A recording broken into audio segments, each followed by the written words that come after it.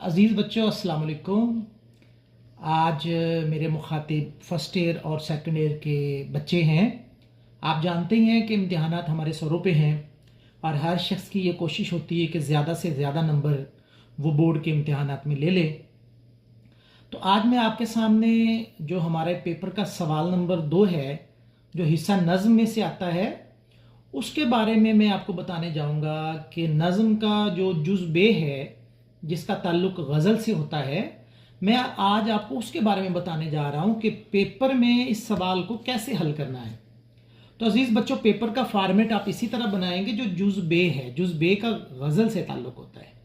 तो ऐसे सवाल नंबर 2 लिखिए। हिस्सा नज़्म आ जाएगा, जुज़ बे आ जाएगा, शायर आ गया, शायर का नाम आ गया। 1 नंबर शायर के नाम का होता है बेटा।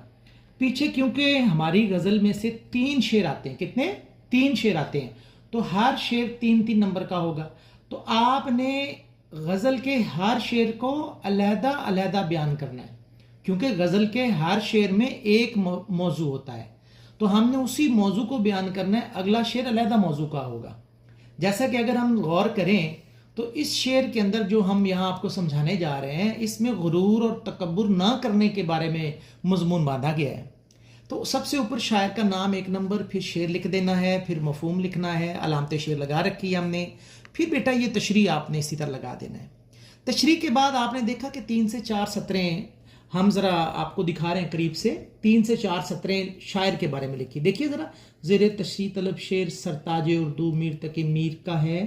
मीर को खुदाए सुखन भी कहा जाता है। मीर के यहाँ अफाकियत और तस्वुर आखिरत पाया जाता है। मीर ने हुज़निया अंदाज मुतारफ करवाया। मीर तकी मीर 18वीं सदी के अजीम शायर हैं।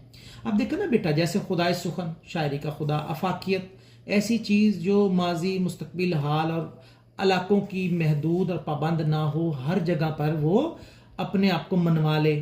हुज़निया ऐसे अंदाज को कहा जाता है, ऐसे गम को कहा जाता है जिसको सहने के बाद इंसान का दिल ना टूटे बल्कि मज़ीद ताकत और जोश जज्बा आ जाए।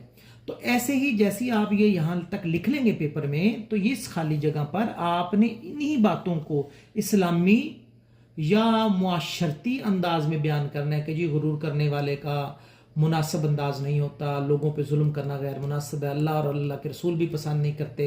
समाज में भी गुरूर तकब्बुर करने वालों को बहुत जल्द पता चल जाएगा कि उनका गुरूर जो है वो खाक में मिल जाएगा। ये ऐसी बातें आपने लिखते आनी है। और फिर आपने बताना है कि मीर जिस ज़माने से ताल्लुक़ रखते थे वो दिल्ली का वो दौर था जहाँ बैरूनी हमला आवर आकर हमले करते थे और यहाँ के मुकामी सिपा सलार और लोग जो हैं लोगों पे जुल्म करते थे। मीर ने खुद उनको बर्बाद होते देखा, तो इसीलिए तो ये हवाले का शेर लगा दिया कि दिल्ली में आज भीख भी मिलती नहीं उन्हें, था कल तक जिन्हें दमाग तख्तो ताज का। तो प्यारे बच्चों, फिर आपने आगे इसी चीज़ को ले जाना है। याद रखें, ये जो शेर है ना, ये 3 नंबर का है। तो 3 नंबर के शेर को आप 1.5 से 1.25 सफ़ात पर ख़त्म कर देंगे, क्योंकि अगला शेर भी करना है, फिर अगला भी करना है।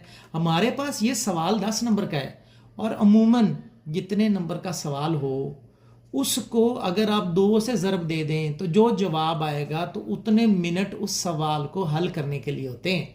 ये 10 नंबर का है, तो बेटा इसको हल करने के लिए आपको 20 मिनट दिए जाएंगे। तो आपने 20 मिनट के अंदर इसको हल करना होता है। तो फिर आप जल्दी जल्दी ज़रा एक शेर को अगर मुकम्मल करेंगे तो आपको तो अंदाज़ा हो गया कि तकरीबन 7 मिनट का वक्त आपको मिलेगा एक शेर को मुकम्मल करने में। एक शेर भी अगर आप लगा दें तो आपको नंबर मुनासिब मिल जाते हैं। लेकिन अगर ऐसा हो कि आप एक शेर को ना लगाएं और एक और शेर लगाना चाहें तो फिर भी आपका काम चल जाएगा। आपको चाहिए कि बात को उसी तरह ही बयान करें जिस तरह मफहूम में बयान किया गया। देखें ना, जैसे ये मफहूम में लिखा हुआ है तकब्बुर पर, तो इसी तरह ये शेर लगा दिया, बात फिर उसी तरह ही आप करते रहेंगे अखलाकी तौर पर। अगर और शेर लगाना हो तो देखिएगा, जैसे कि हम यहाँ सादत यार खान रंगीन का शेर लगाने लगे हैं। रेफरेंस का शेर क्या है जी कि जुल्म की टहनी कभी फलती नहीं,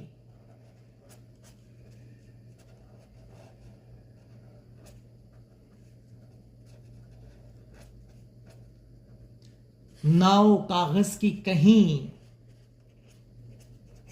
नाव कागज की कहीं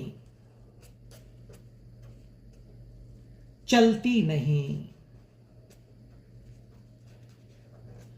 लें जी, जैसे ही आप इसको मुकम्मल करेंगे तो आखिर पे फिर आप 2 सत्रों में शायर के बारे में बता देंगे। जैसे कि आप यहां कह देंगे कि मीर तकी मीर के हाँ हकायक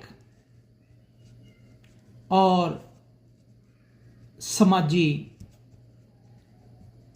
सच्चाई का अक्स मौजूद है। वो गरूरो तकब्बुर को पसंद नहीं करते,